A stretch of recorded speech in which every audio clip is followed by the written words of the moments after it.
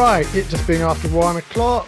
Thanks for turning up. We have a webinar, GYDA Initiative webinar. We've got Pete Everett with us today, just a small, cozy audience, which is fantastic. And we're talking about how entrepreneurial mindset changes. You know, what got us here might not get us there. So firstly, Pete, absolutely lovely to have you with us. Pete, would you like to just tell us a bit more about Pete Everett and what you do and what you've done and what right have you got to talk to us about growing agencies?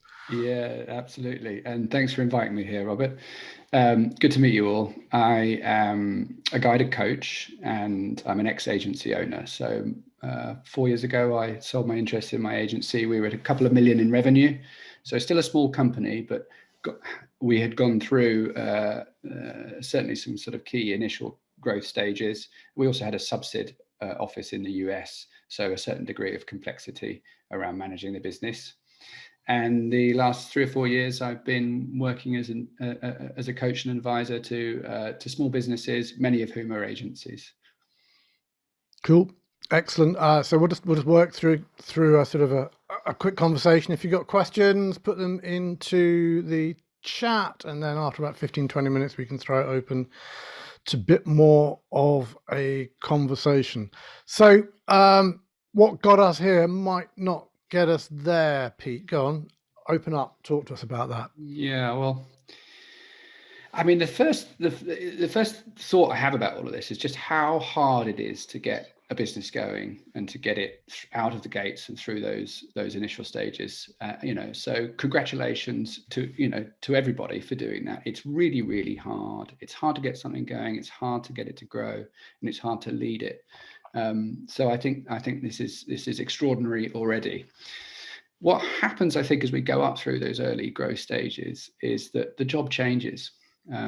As owner managers, we are both typically shareholders, and we're executives, and we're operators or operator managers. And we tend to start out early on as operators. We're doing the thing that we're brilliant at, and we're selling it. We're selling it to someone in the first instance, and then we're selling it to more and more people. And as the business grows, that role has to change.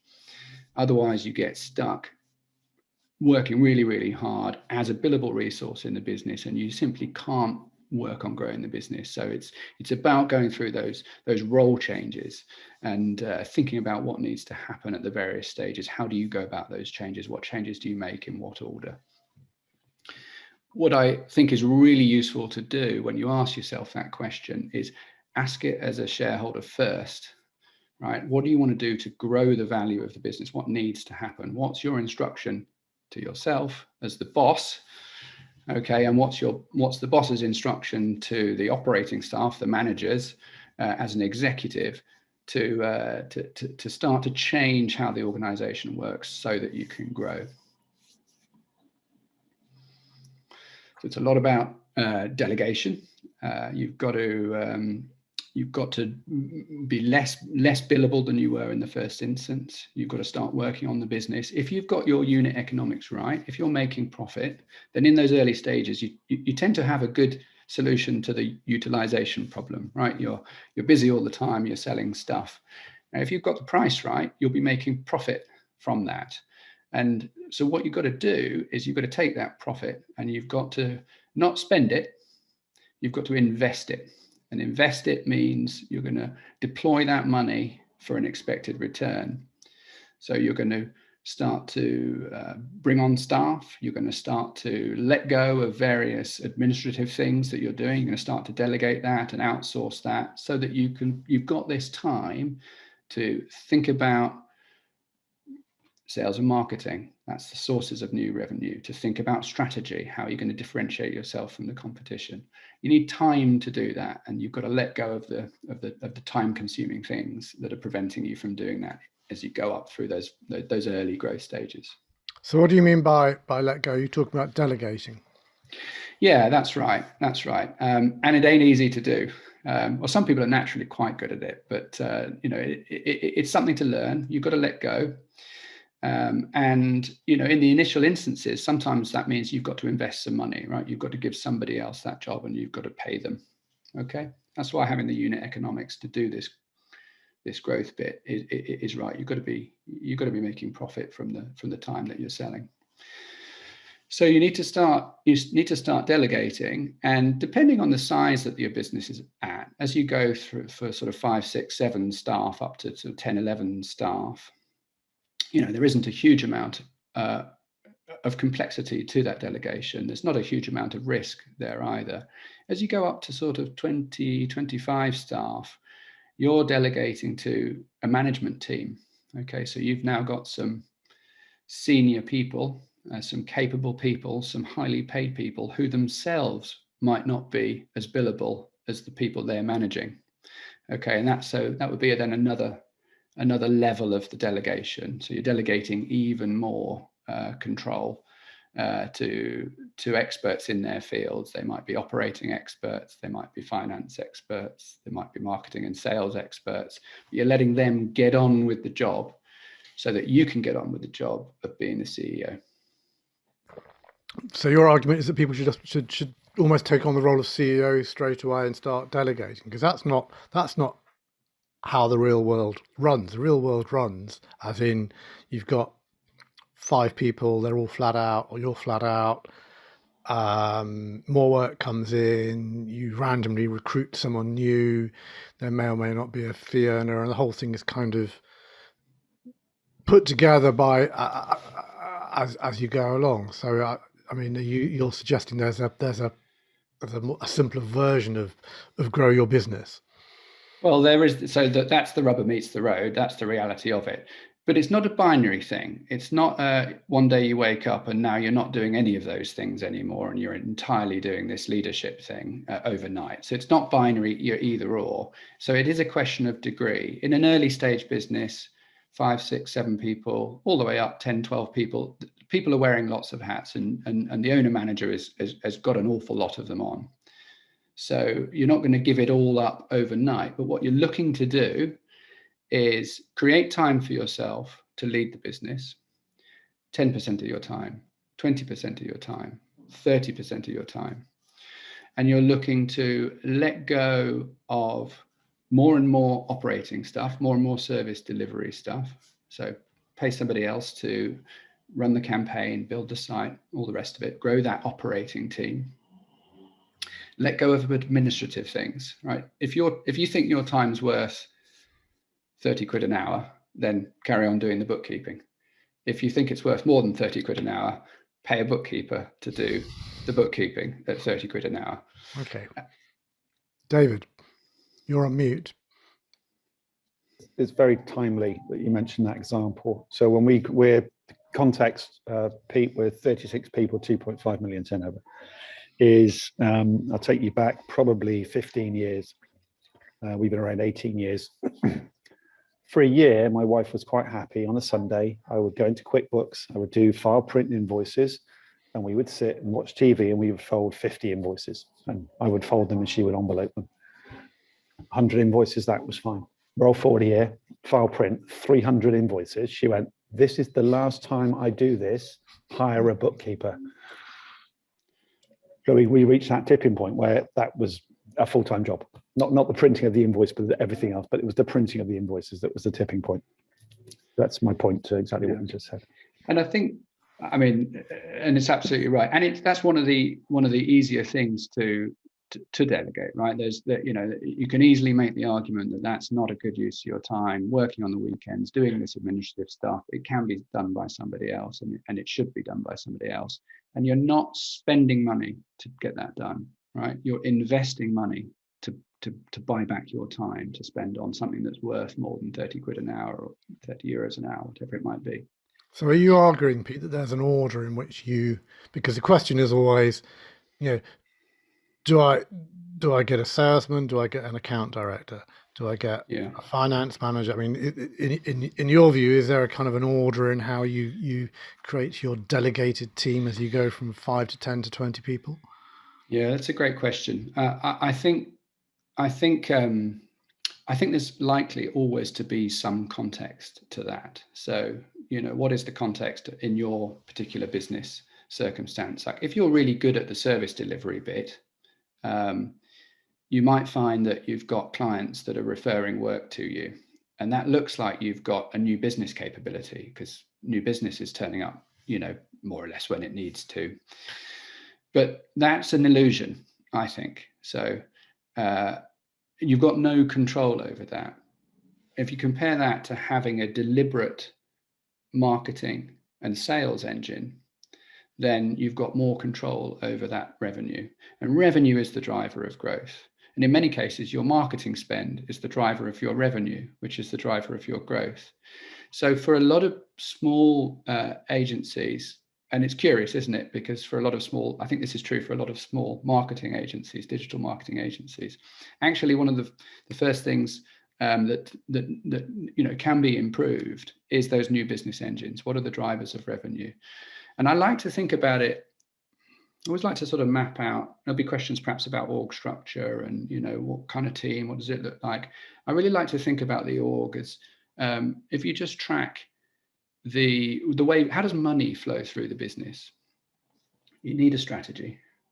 You've got to market that, and you've got to convince people to buy it. So marketing, attracting them, sales, convincing them to buy it. Then you've got to deliver, and then you've got to get paid. That's how money flows through the business. So I like to think about the org structure in that way, so you can actually see it left to right. I've done some innovation. I've drawn people to it. I've convinced them to buy it. I've delivered it. And now I'm going to get paid for it. That's more or less the transaction flow through a business. So I like to think about that as approach the org structure in that way.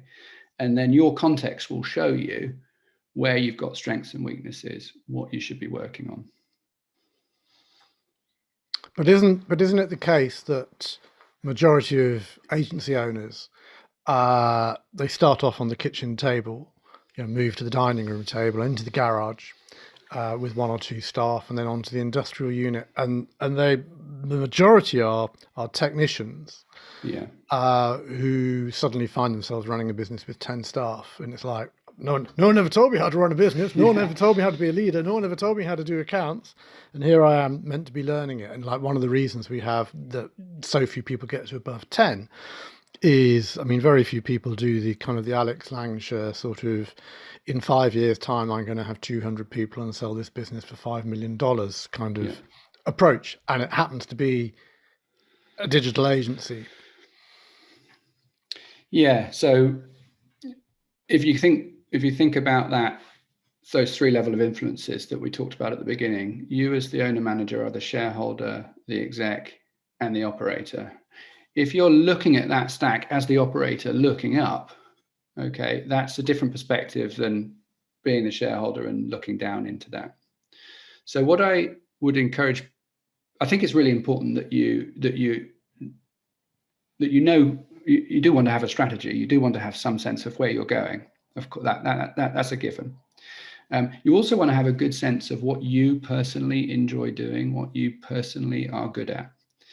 And it's a really good decision to make for some people with that shareholder hat on, saying, well, actually, I'd like to stay with innovation and work on product over here. And I'd like to relinquish these responsibilities over here, give them to somebody else who's got the skills for it, who's got the interest for it, who's got the appetite for it. So there's a degree of sort of self-knowledge of decision making about what you want to be focused on, what you're good at, that can help make that decisions about what to delegate first. I think the CEO's got to have, the boss has got to have a good fluency across all the business functions, right? It's quite difficult to lead if you don't. It's quite difficult to lead, to have marketing report to you or finance report to you if you don't have a degree of fluency about these things. I think you've kind of got to get that. But you can have that degree of fluency and decide, look, I want to focus on this area of the business. So I'm going to need somebody else to focus on this area of the business. Maybe that's an MD when you get to 20, 25 people that you engage. Maybe that's a business partner that you're looking for. Maybe it's a lot of outsourcing that you're going to be doing. So there's different ways to solve the problem. But I think have the business strategy, but also have the personal knowledge of what you're good at, what you enjoy doing. So what do you think the challenges are? How do you think the challenges are different? Because that's what you're saying. You're saying there's a stages of growth thing. So what are the challenges? Where do the challenges change, and what are the challenges as you go from 0 to 50? Yeah. Okay. So Staff, that is. yeah.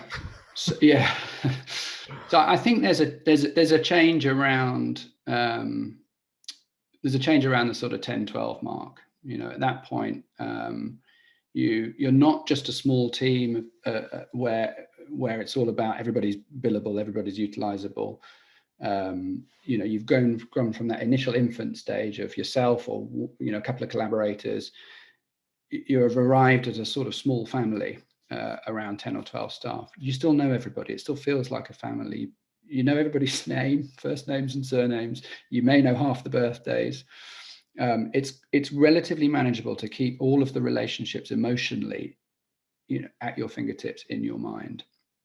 I think it changes again when you get on the way up to sort of 20, 25 people, because what you've got at that point is too much complexity to have all in your mind from a relationships point of view, and you're going to need a certain degree of structure in the business functions, which means you're not going to have time to do all of those things. What you've got at that point is an early stage management team. Some businesses have quite sophisticated ones. Some businesses have fledgling management teams. But what the leader has got at that point is 2, 3, 4 people who are reporting in, and they are looking after the business functions.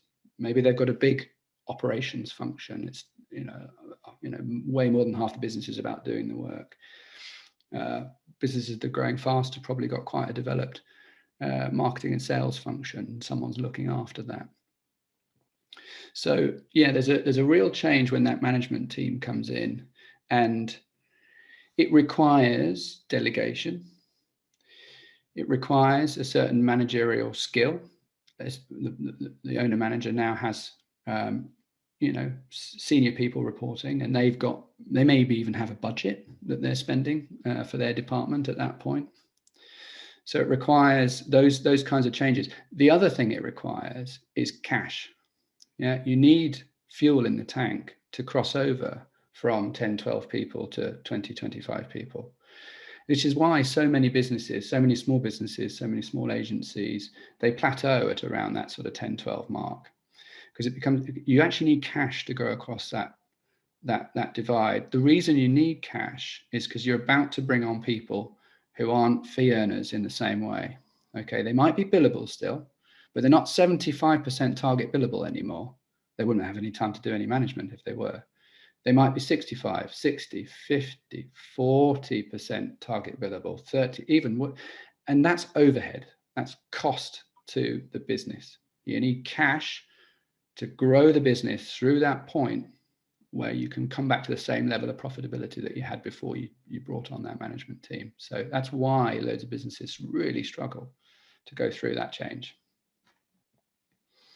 And then what about out the other end of that? I mean, 20 to 25, I believe there's a kind of a crisis point at around 45, 65, exactly for what you're saying, which is you've got non-fee earners all over the place, not earning money, and you who never had any experience of running a management team, so to speak, because you've driven from the hip. Suddenly you've got a head of marketing, a head of sales, a head of finance, all reporting into you, and not many people are good at sort of being the entrepreneur at 0, 5, 10, 15, 20, 25, 30, 40, 50, 60 people. What goes on beyond 25? Just talk to us about that a bit. Well, I think what's getting added in there is maturity of process, complexity of structure, complexity of the relationship, the management layer, and we're still a small business at 50, right? We're not 100 people, we're not 200 people, we're not that yet. So we're maturing a management team, I think, over that growth period, and it really starts to bite. Is the business growing as fast as the people in the business are growing? So this kind of starts to impact on hiring strategy, right? Are you going to be hiring people in above that person that you thought might run that department? What about hiring someone in above yourself? Okay, Do you want that job? Do you want to be running a 50, 60, 70 person business as the CEO? Or would you rather be running in the innovation? Would you rather be running business development? Would you rather be shareholding? So we're adding in a lot of complexity as we go up through those numbers. Culture, the people function, how we're thinking about our talent, how are we attracting talent, how are we retaining talent, how are we keeping that talent from going to our peers and our competitors. So this is where the people function really kicks into gear, I think. By that point at 20, 25 people, you've probably got quite a lot of things sorted on the finance function and maybe a bit on the people side. But at 40, 50, 60, you're going to need quite a lot on the people function, the HR function, and needs to be humming. And it's complex. It's really complex, especially for the modern workforce that we've got now and all that means. So why would you want to do that? I mean, what do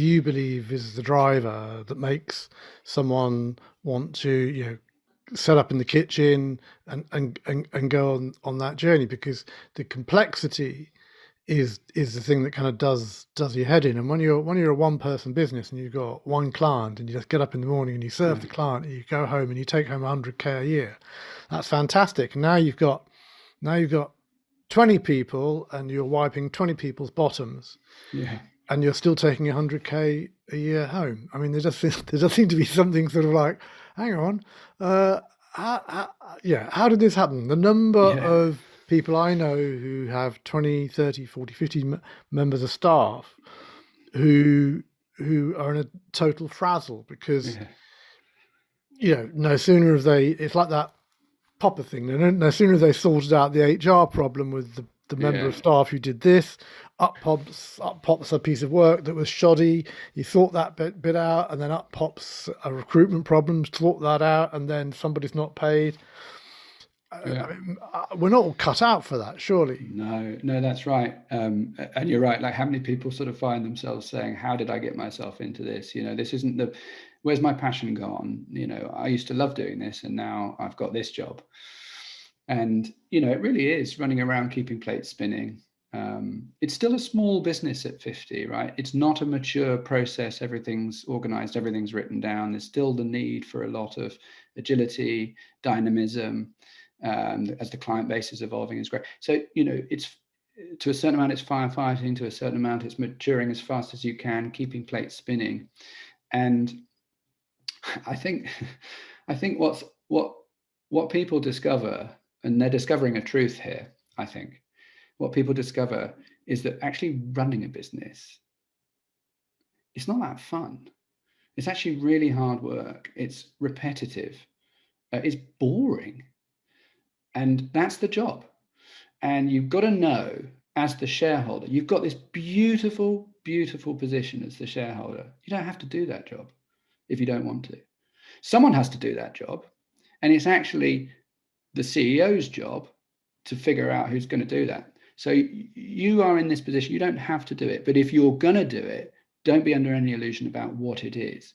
It's relationships.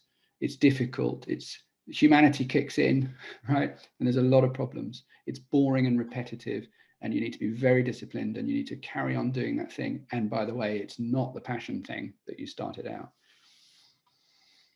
So I mean, that kind of fits in with your stages of growth thing in a way, that you get to a stage where you need, inverted commas, a professional manager, if there is such a thing, or someone whose day job it is to wake up on a Monday morning and have that list of things that need to be sorted out, and processes that need to be put in place, and conversations that need to be had, and KPIs to look at, and score sheets to check, and do all that dot joining. And I don't think very many of us actually signed up for that.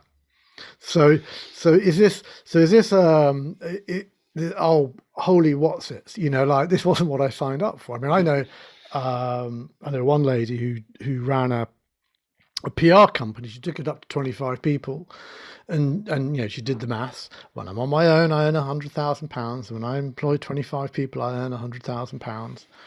And thought, this is just bonkers. I could have total control and total pleasure on my own, and she sacked 25 people, like, and recreated the name, the PR company with her name, because she just, I mean, okay, so the downside is she has nothing to sell in the same way that, roll the history on 10 years, that 25-person agency might have been 75 people, and she might have had something to sell for 5 million. But maybe she just wasn't up for that. Maybe that's okay. I think we're starting to get some questions coming in. So David Gilroy says it's very hard sometimes to do that. I guess the question, David, is why are you doing it? Because you could presumably there's the Woody Allen thing about relationships should be like a shark, and it always needs to be moving forward to be breathing. I guess what we got on our hands, darling, is a shark that's not moving forwards. But I think there is that sense of moving forwards into uncharted territory. Is that the excitement, or is the excitement building an asset, or is the excitement of it's all yours? What keeps you going? And one of the things we talk about in the business too that relate to how you grow is we always talk about hiring peer and above. So I have just hired a head of marketing to replace the one I hired 2 years ago who was nowhere near my peer. Unfortunately, it took me a year to realize that. This guy absolutely is. And then you use a much posher word, appropriate word for fluency in all areas, okay? My team say I've got enough knowledge to be dangerous about most things in the business. I prefer yours because it makes me sound more educated than I am or skilled, but I can't talk to my techies. We've just hired a systems administrator and we're doing a perfectly normal interview. And then I said, if I was using the grep command, what would I be doing? And he looked at me like, why do you know that? You're the MD, you're not a techie, I've checked you out, kind of thing. He could have lied. I'd have had no clue. It's just, I do know the answer, but it was one of those things where it's just complete left field question to see how he reacted to the MD being slightly techie. But I wouldn't. Alexander's laughing. I wouldn't know a left out to join if it smacked me in the face. So I'm not sufficiently technical. So that enjoyment bit, Robert, I think just carries on for as long as it does, and when it doesn't, I'll stop. And I have a management team behind me. There's 6 of them who are all heads of, and build a business that wants you but doesn't need you is my personal mantra, which my team have heard. So I like that.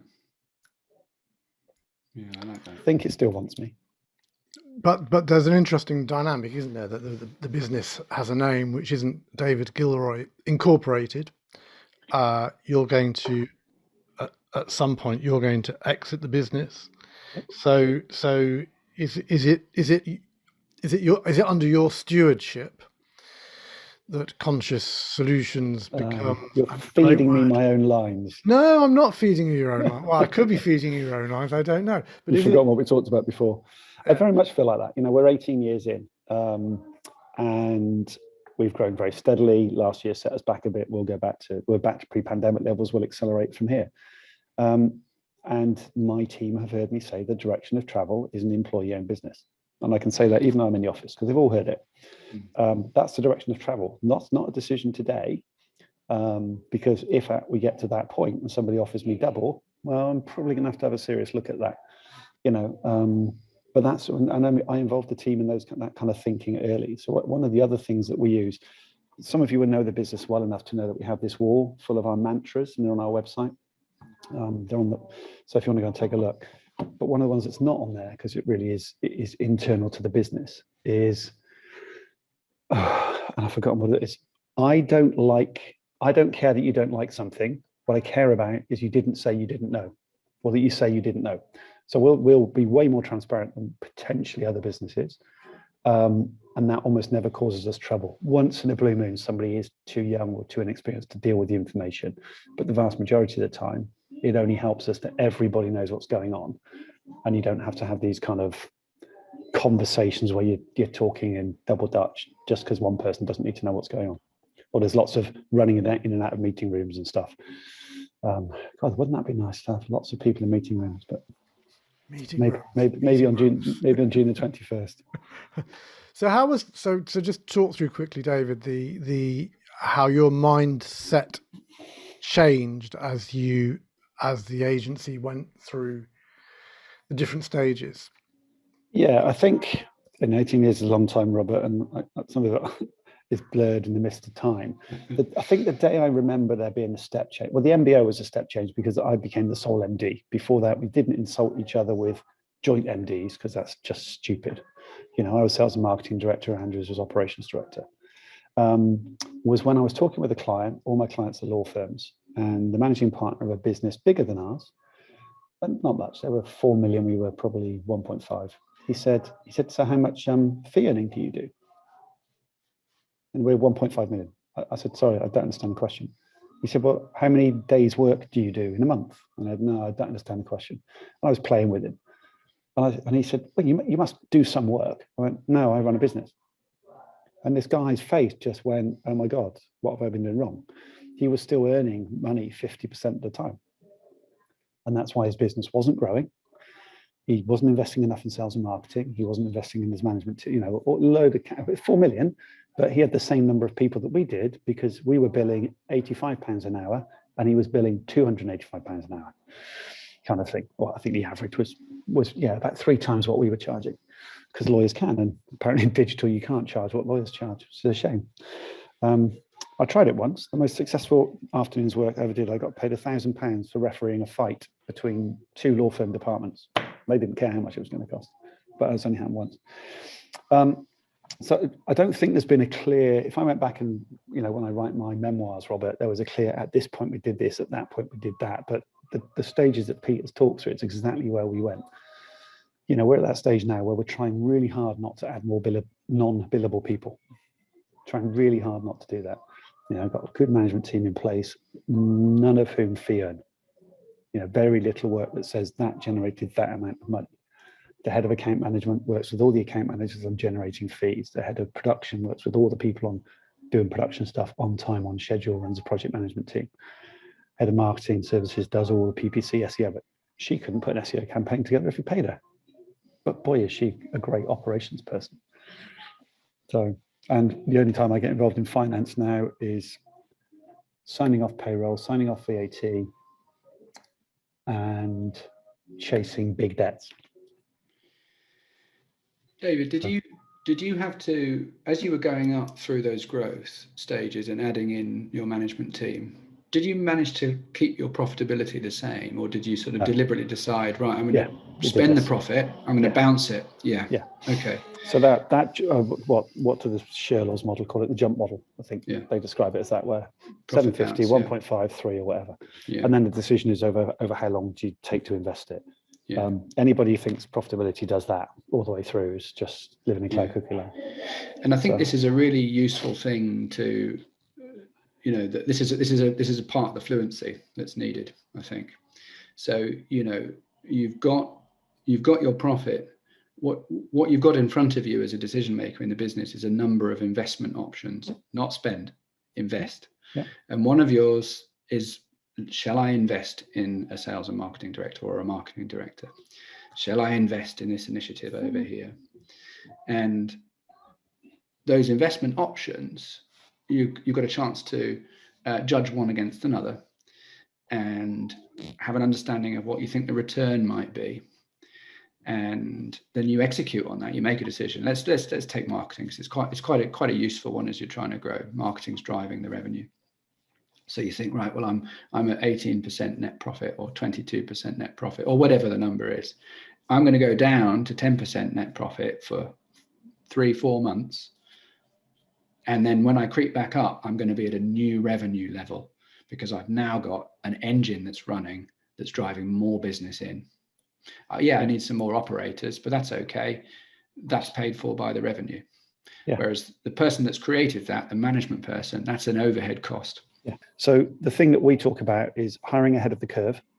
Right. If you have a predictable marketing engine already, and I meet a lot of agency owners who don't. I'm on lots of calls where people talk about funnels and top of pipeline. I'm just like, this bears no relevance to me. They go, well, you must know where your next pipeline of sales comes from. So I've got no clue. because from an inquiry to a sale for us is maybe 8 weeks if it's gone slowly. So we know it's out there, we just don't know when it's going to arrive, but it's predictable, and we can measure predictability in the past. The next bit is we still this year will spend 4% of turnover on marketing, right? So on 2.4, we'll spend £100,000 plus a marketing exec and now head of marketing. No full-time new business salesperson. We've absorbed that into our account management team since I kicked out the fucking idiot I had doing new business sales previously. And then the last point is you have to know in a sales and marketing role, if you want to scale, is what your acquisition cost is. My acquisition cost every year is between £800 and £1,100 per customer. The customer on average in the first year will spend £15,000, give or take. And the average customer lifetime is 6.47 years. Yes, I calculated it to 2 decimal places. So I know if I spend this much, I'll acquire that much. Now forget customer retention. This is just new business. And then we can predictably, last year screwed those numbers up, but let's take that year out of the equation. And we know predictably, if somebody comes along to me and says, would you spend £1,000 on this thing? I go, I've only got to get one customer from this thing, whatever that is. And it allows you to make those decisions much more quickly. Yeah. I love that you did 2 decimal places. And I think there's a really magic KPI there that we're looking at. So the acquisition cost to the lifetime value. Yeah. So David's keeping his clients for 6 points, but something years.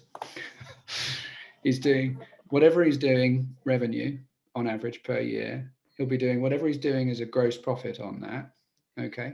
So that number, that gross profit income, that versus the acquisition cost, David knows how many months before he's paid back on that acquisition cost. And I bet you would take that deal for as much growth cash as you're willing to deploy. Yeah. And this is, we try and work this model with our clients, Pete, and I go, if we can work those models for you, I'll guarantee that if you spend this, we'll get you that, if we can work out those numbers with you. And they don't have the data to work numbers out. So therefore all bets are off. So, because they just don't know the numbers well enough. Whereas we do. I mean, forget the fact that we've got recurring income and retainer work, which again, law firms don't have. You know, the rest of our stuff is pretty predictable. I mean, it will be like this from month to month. There's never a straight line as always. But I think there's an interesting thing going on there, David, which is that, you know, we always, as a running an agency with 5 people, we don't approach it in the same way that as if we employed 15 or 25 or 45. So your one's brain kind of catches up eventually with the size of the business. Yeah. You know, wouldn't it be great if on day one you had the mentality of someone who employed 50 people, because the way you would make decisions would be very, very different. Yeah, and the only people who do that are people like me who had an agency with 110. So when we set up Conscious 18 years ago, we just did all the same stuff. Yeah. But the spreadsheets weren't as deep and weren't as wide and they weren't as complex. But we applied the same thinking. And so it's much, much easier second time round. Yeah. And so first time round, employing 5 people, you can't imagine what it's like employing 10 people, never mind 15, 25, 30. So you end up with 5-personitis, for want of a better phrase. You know, I've got to do everything. It's all down to me. If I don't do it, it's never going to happen. I've got to work at the weekends. You know, I got to keep my phone turned on all the time. You know, and obviously when you've got 50 people, it's like I don't have anything on my phone apart from my family stuff. I work from, you know, Monday to Friday. If there's a really big emergency, one of my team will get hold of me. And you have that shareholder kind of mentality about the investments and what the investments are. And I guess part of the question is how on earth do, it's clear that the people who go from 5 to 50 staff have that mentality, but there's a lot of people with 5 staff who want to grow, but they can't because they're stuck in technician, trader, developer mode, developer with staff. Michael J. Gerber approach, which is one of the things we did do, even with Conscious second time round. We wrote very simple job descriptions as if we were a 50-person business. We didn't know that we need a finance assistant very quickly. We didn't know when we need a finance manager or a junior copywriter, but we thought we might need them. So we just wrote very small 2-paragraph job descriptions. And Andrew had 8 and I had 7 and our head of technical had 5. And then as we hired people, we went, right, these 2 paragraphs are the nubbins of it. Now let's make it a proper job description, then go and hire people. But we knew we had multiple jobs that we were already beginning to describe, even when we launched at 5 people, I think. So I think one of the things that I notice quite a lot is the agencies with 5-personitis. They often haven't got the unit economics quite right yet, so they're not making quite the profit that allows them to start investing. Okay, so quite often, put your prices up is a thing to look at. where have we heard that before, Pete? 1 or 2 places. I think the flip side of that coin is maybe your prices are right, but the way you're managing the projects is just not right. So in the end, you've got the difference between the billable rate that you'd like to be at and the billable rate that you're actually at, if you count up all the hours you're actually doing. So getting the unit economics right is important.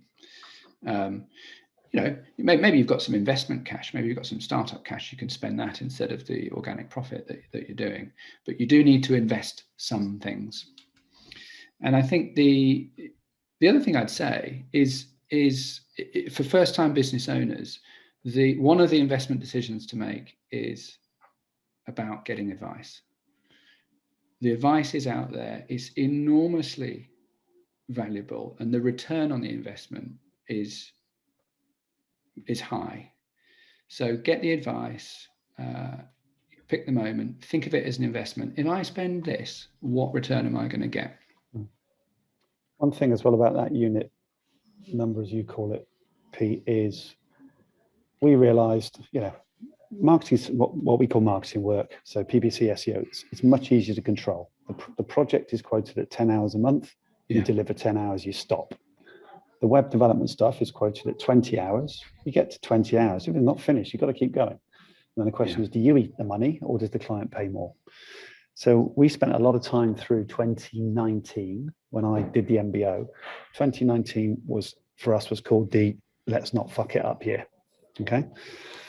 2020 was called the let's not let COVID fuck it up year. And this year we're back to just a year. Okay. But we started back at the beginning of 2019, evaluating our projects more closely, getting better with our quoting for things we previously just included because we went, I remember talking to my head of dev one day and going, what do you mean we don't quote for QA and testing? Well, we do it, it's built in. Well, no, it's not. So we started quoting, nobody pushed back. And we reduced our project overrun from £300,000 to £100,000 in 2 years. And we were still overrunning by 100 grand, but my God, how much better is that than 300 grand? But isn't the reason for that, David? Because the whole industry runs, so everyone talks about benchmarks the whole time, benchmarks for this, but actually there aren't any benchmarks, primarily because as we alluded to earlier on, the profit you have at 13 people may well be very different from the profit you have at 17 pre-post a fee earner, and there are reasons for your strategy. But more importantly, most of the industry works on pricing, which is determined by, I was at a conference and I asked the bloke next to me what he charged, so I thought I'd charge that.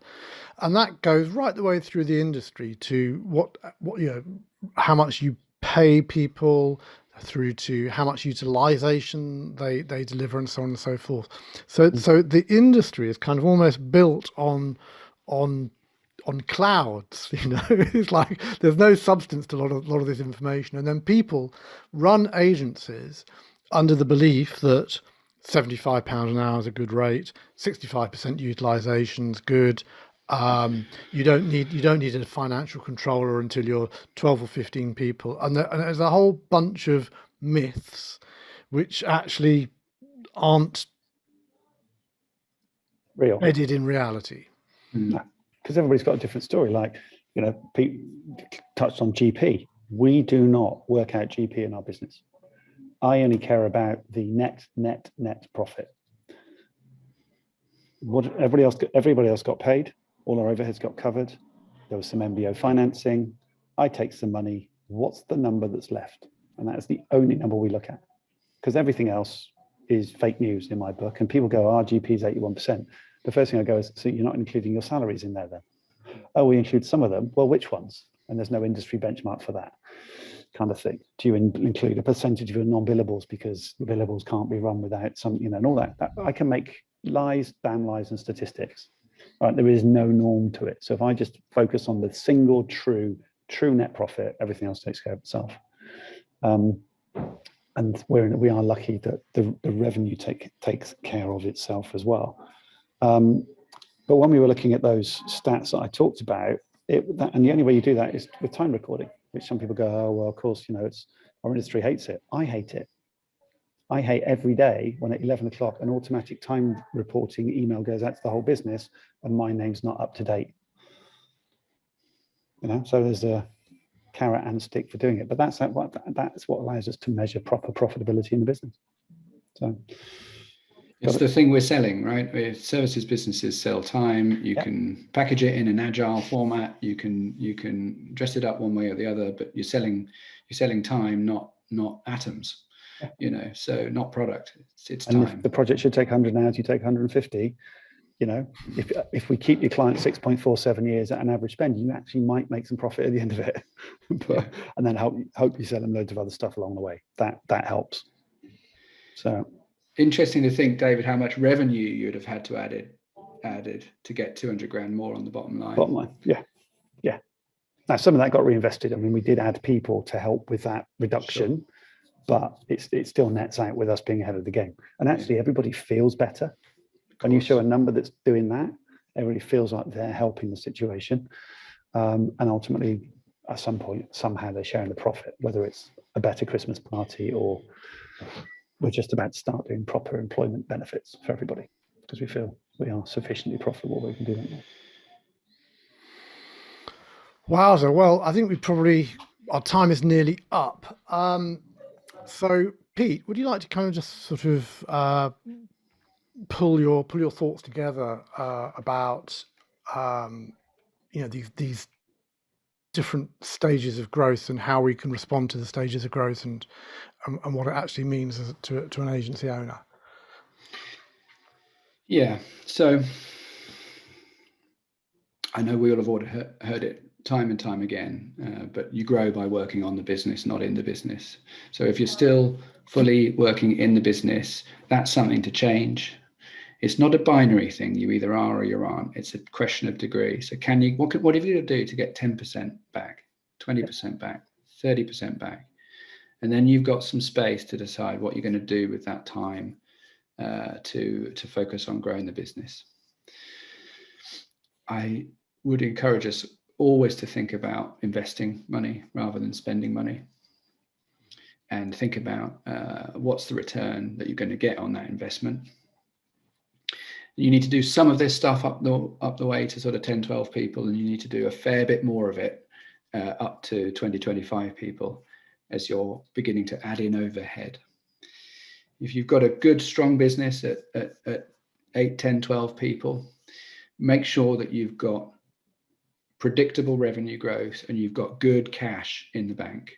Yeah, you need some fuel to cross over that divide. Your profit is going to take a hit. That's the game. Make it take a hit. You're investing, but have enough cash to get across to the other side. Do a plan for it, and it will mean you get across there on your first attempt, not on your third or fourth, which is often what can happen. Lovely, very nice, very nice. And of course, the devil's in the detail. It is so hard to actually maintain that sort of high level view, but that's kind of what has to happen. It's what people have to do. Absolutely lovely. That's been absolutely great, Pete. I've really enjoyed listening and talking to you. Do contact Pete afterwards if you'd like to know more about what he does and how he does it and who he does it with and where he does it. But on that note, I think I will say thank you very much for a really lovely 50 minutes. It's been really interesting thinking about how we prepare ourselves and how we actually do the right things in order to grow our agencies. So on that note, I'll say thank you very much for being in the audience. Thank you very much, David Gilroy, for being featured. We will edit as appropriately. Don't worry about that. And specifically, Pete Everett, thank you very much for being a great guest. And Yeah, absolutely. look forward to seeing everyone very soon.